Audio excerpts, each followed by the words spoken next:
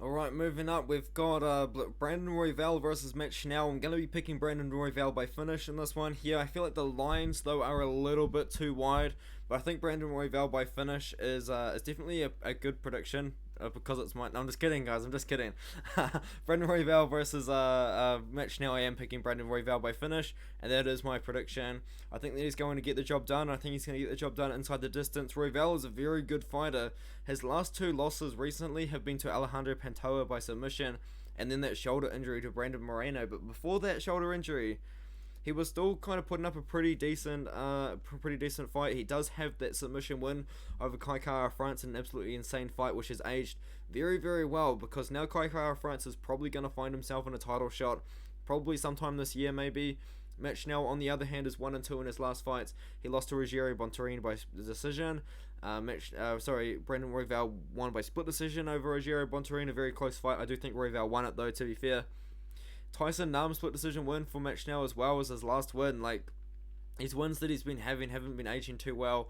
Matt Schnell declined fighting Alex Perez when Alex Perez missed weight by 1 pound, which I guess is kind of fair because Rogério Bontorin missed weight in the last one, and he lost that fight. So yeah, I'm going to be picking Brandon Royval to win this one. I think he's probably going to win the one by submission. I think it's called club and sub, where he hurts him on the feet, and then he's going to get the submission.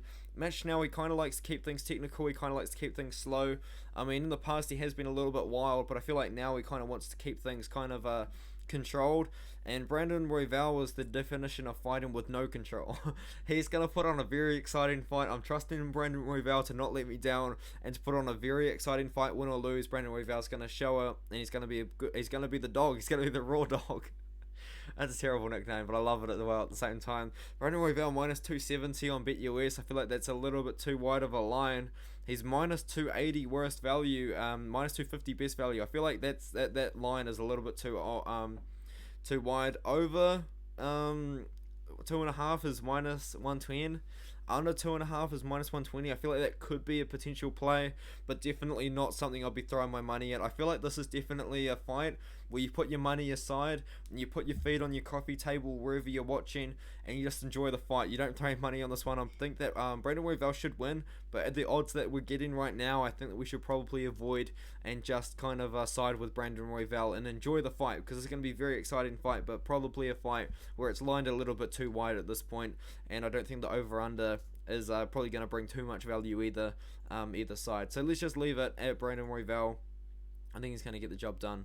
I mean, the over-under is pretty good value with the close odds, but even then, I just don't think that it's worth stabbing that when a very unpredictable fight like this is on.